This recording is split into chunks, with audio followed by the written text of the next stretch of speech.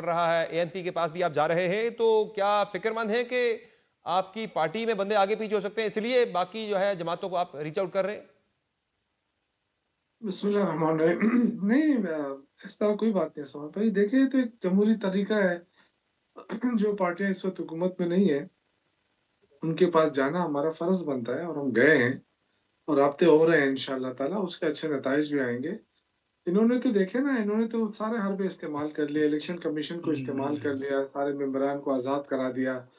इनका ये ख्याल था कि आज़ाद हो जाएंगे और हम फिर छांगा मांगे की सियासत शुरू कर देंगे, ब्रीफकेस नहीं, इस्तेमाल तो करेंगे, जब लोगों को गंडापुर साहब तकलीफ का देंगे। इंतखाब था वज़ीर आला के लिए, लेकिन तब तो आपने ना तहरीक इंसाफ पार्लियामेंटेरियन से रब्ता किया, ना आपने एएनपी से रब्ता किया, ना आपने किसी और पार्लिमानी जमात से रब्ता किया। खैबर पख्तूनख्वा के अंदर आज आप मौलाना के पास भी जा रहे हैं, आप परवेज खट्टर साहब के पास भी जा रहे हैं, आप एएनपी के पास भी जा रहे हैं। इसका मतलब है कि कहीं ना कहीं तहरीक इंसाफ को अंदर से कोई खतरा लाहक है कि आपके बंदे आगे पीछे हो सकते हैं?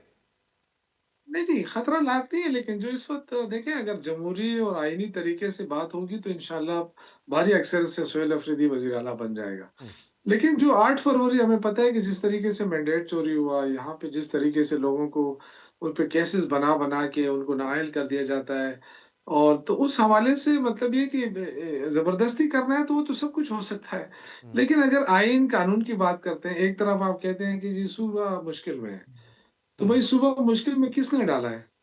आप मेहरबानी करें, काबुल जाएं, वहां बैठे अपने वजीर खारजा से कहें कि अमेरिका में वक्त गुजारने के बजाय काबुल में गुजारे। हम्म। आपको कोई फायदा तो होगा ना। आप आपके वजीर काबुल के आजम बारे कहता है कि में जी मैं पॉलिसी बड़ी इन्वेस्टमेंट वाज़ेह जा आ रहा हूँ। चुकी है कि बहुत मरतबा बात करके देख लिया, बातचीत से ये मसला हल होने वाला नहीं है, और जो लोग दहशतगर्दी की सहूलतकारी हाँ, कर रहे हैं उनसे ना बात होगी, ना उनसे मुज़ाकरात होंगे, सिर्फ उनके खिलाफ एक्शन होगा। देखिए, सुहेल अफरीदी के साथ मेरा कोई इस तरह जाती वो नहीं है। मैं सिर्फ ये कहता हूँ कि अगर सुहेल अफरीदी एमपीए बन रहा था तो उस वक्त क्यों नहीं ये मसला उठाया गया? फिर उसके बाद जब वो वजीर बन रहा था तो उस वक्त ये वफाकी हुकूमत कहाँ थी?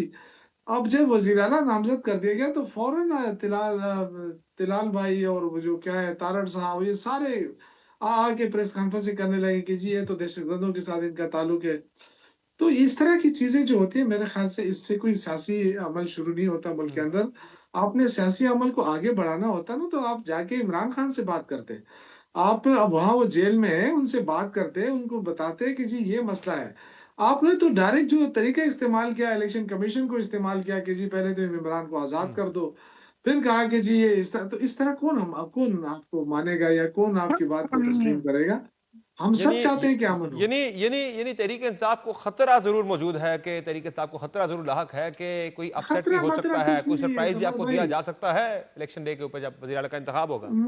देखिए, मैंने आपसे कहा ना कि अगर आप ये कहें कि जी गौनराज लगाना है, अगर आपने आवाम की तौहीन करना है मैंडेट की, तो वो आप वो तो किसी ने, वो तो कोई भी कर सकता है। लेकिन अगर आपने आवाम के मैंडेट का देखे ना, अब ये जो बात कर रहे हैं कि जी 4 करोड़ लोगों को, तो भाई 4 करोड़ लोगों ने ही तो वोट दिया है ना। हम्म, वो मैंडेट उन्होंने पीटीआई को ही दिया है। आप बात नहीं करें दिया। बलूचिस्तान में, जिनकी सही, हुकूमत है, उनसे पूछें कि बलूचिस्तान में क्यों आग लगी हुई है। आप ये पूछें जो सही। आपके इत्तेहादी हैं कराची के अंदर, कि वहां पे अमेरिका और यूके के शहरियों को क्यों मना किया गया कि वो होटलों में ना ठहरे।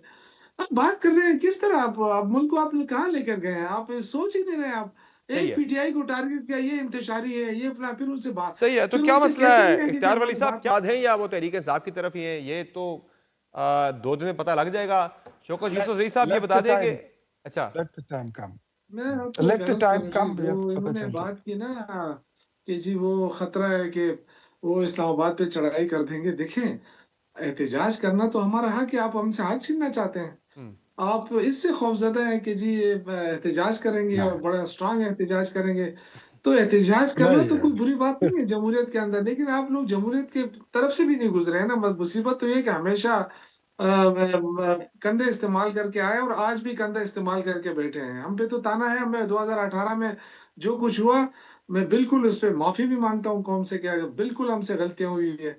लेकिन उसका हरगिज मतलब नहीं है ना। अब तो देखे ना, हमारे पास तो कोई कंधा नहीं है, लेकिन 8 फरवरी हम्म को लोगों ने किसको सही। वोट दिया? सबको पता है। अब मैंडेट हमारे पास है, और ये कहते हैं कि जी बात हमारी मानो। हम जिस बंदे को कहेंगे उसको सीएम बनाओ। अभी तक जो है ना, वो अलियमीन गंडापुर बहुत बुरा था इनके लिए, इनके उसके खिलाफ बातें भी होती थी। अब जो है ना, 2 दिन से वो इस्तीफा दे रहा है, और वो साहब जो उनके खिलाफ बातें करता था वो छुट्टी पे चला गया है। कि जी वो दफ्तर आएँगे तो अब हो सकता है पीर को भी ना आए। हुँ, वो इसलिए कि इन्होंने जो बंदे आज़ाद छोड़े हैं, भई अगर आज़ाद छोड़े हैं तो फिर हमें क्यों ताने दे रहे हैं? आप खरीद लें ना लोगों को। सही आप है। बिल्कुल जाके खरीद लें। जो आप कहते हैं कि जी आज़ाद है, अगर हमारा कोई बंदा बिकता है, तो आप खरीद लें ना।